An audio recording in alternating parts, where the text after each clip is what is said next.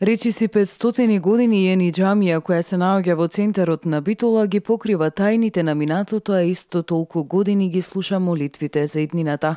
Неодамна заводот и музеја започна реставрацијата на оваа џамија, чие име во превод значи нова џамија, со квадратна основа со купола на врвот и минаре високо 40 метри. Денес одаите на џамијата се употребуваат за изложби. Јени џамија значи во тек се, значи обиена е целата фасада.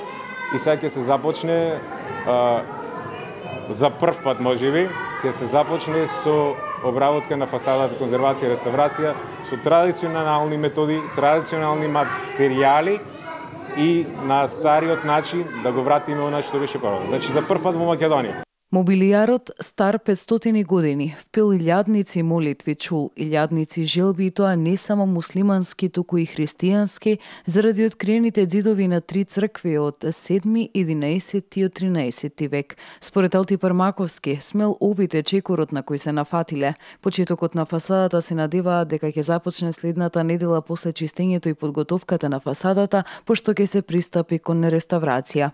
Имено Заводот и музејот Битола планира да работи на уште 2 проекти, односно Битолската гимназија Јосип Броз Тито и Безистенот, а се чекале само реставраторските дозволи од Управата за заштита на културното наследство од Скопје.